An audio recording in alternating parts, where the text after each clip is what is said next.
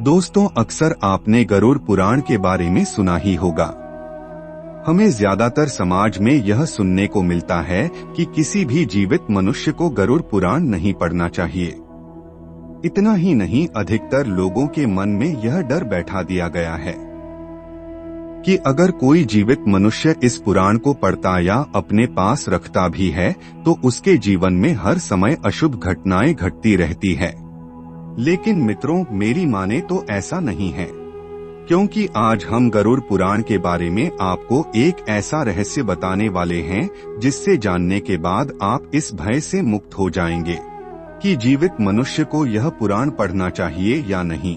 आपका स्वागत है हमारे चैनल मन की चाहत पर। तो चलिए जानते हैं बिना समय गवाए। गरुड़ पुराण पाठ किसी परिजन की मृत्यु के पहले या कभी भी पढ़ा जा सकता है। जो व्यक्ति इसे पढ़ने की इच्छा रखता है वह इसे पढ़ सकता है। पवित्रता और शुद्ध मन के साथ गरुड़ पुराण का पाठ किया जा सकता है। गरुड़ पुराण में स्वर्ग, नरक, पाप, पुण्य के अलावा भी बहुत कुछ है। उसने ज्ञान, विज्ञान, नीति, नियम और धर्म की बातें हैं। गरुड़ पुराण को सनातन धर्म में 18 महापुराणों में से एक माना जाता है।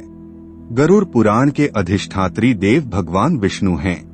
हिंदू धर्म में कुल 18 पुराण हैं, उन्हीं में से एक गरुड़ पुराण है जिसने कुल 18,000 श्लोक और 271 अध्याय है। गरुड़ पुराण में एक और जहां मौत का रहस्य है, जो दूसरी ओर जीवन का रहस्य छिपा हुआ है। गरुड़ पुराण से हमें कई तरह की शिक्षाएं मिलती है। गरुड़ पुराण में मृत्यु के पहले और बाद की स्थिति के बारे में बताया गया है। गरुड़ पुराण में भगवान विष्णु और उनके वाहन गरुड़ के बीच हुए संवाद का वर्णन किया गया है। मित्रों, अक्सर ये देखने को मिलता है कि जब किसी परिवार में किसी की मृत्यु हो जाती है या कोई मृत्युशैया पर होता है तो गरुड़ का पाठ कराया जाता है, और यही सब देखकर लोगों के मन में भय बैठ जाता है कि जीवित मनुष्य गरुड़ पुराण का ना तो पाठ ही कर सकता है और ना ही इसे अपने पास रख सकता है। परंतु मित्रों, सच यह नहीं है, क्योंकि गरुड़ पुराण के शुरू में ही इसके पाठ करने से संबंधित महात्म्य के बारे बताया गया है, जिसके अनुसार यदि कोई जीवित मनुष्य अपने जीवन में इस पवित्र पुराण का पाठ करता है तो उसे विद्या, यश, सौंदर्य, लक्ष्मी, विजय और आरोग्य आदि के विषय में ज्ञान की प्राप्ति होती है। जो मनुष्य इसका नियमित पाठ करता है या सुनता है वह सब कुछ जान जाता है और अंत में उसे स्वर्ग की प्राप्ति होती है। जो मनुष्य एकाग्रचित होकर इस महापुराण का पाठ करता है, सुनता है अथवा सुनाता है, या जो इसको लिखता है अथवा लिखाता है या पुस्तक के ही रूप में इसे अपने पास रखता है, वह यदि धर्मार्थी है तो उसे धर्म की प्राप्ति होती है, और यदि वह अर्थ का अभिलाषी है तो अर्थ प्राप्त करता है।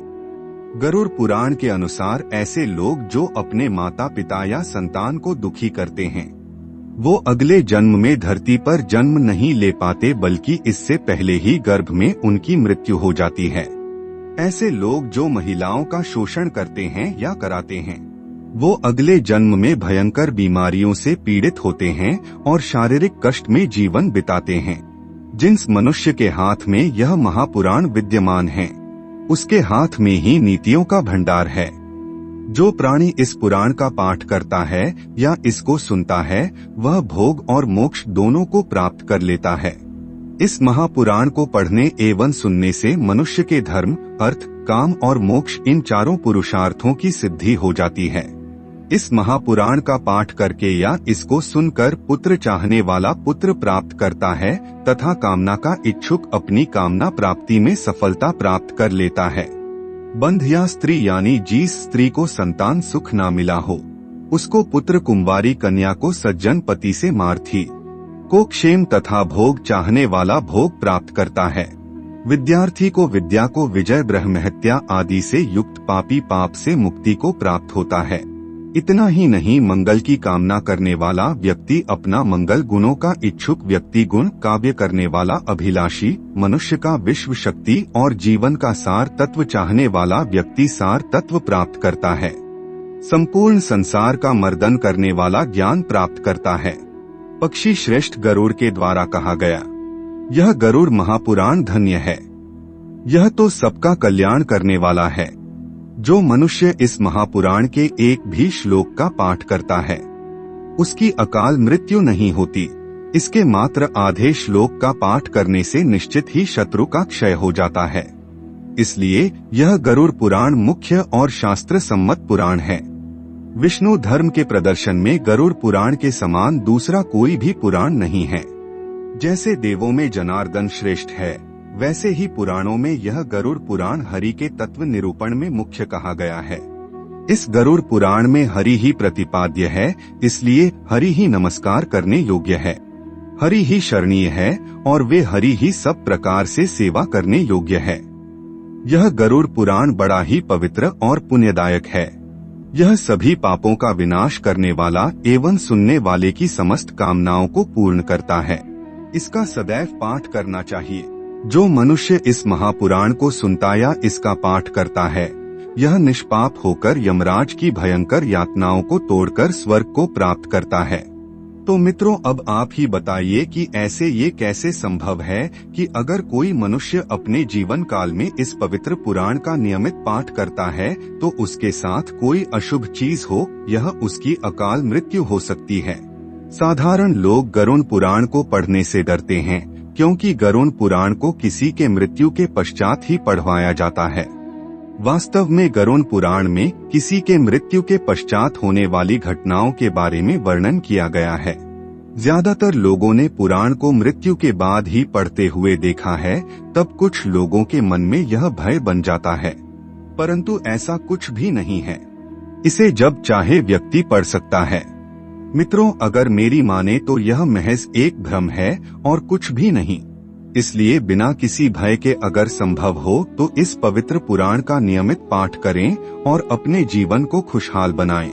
इस महापुराण का नियमित पाठ करने से सबसे बड़ा यह लाभ कि मनुष्य जीवन और मृत्यु के बाद होने वाले रहस्यों को बड़ी ही आसानी से समझ सकता है। क्योंकि गरुड़ पुराण में मनुष्य द्वारा जीवित रहते हुए किए जाने वाले कर्मों के बारे में बताया गया, अर्थात बताया गया है कि कौन सा कर्म अच्छा है और कौन सा बुरा।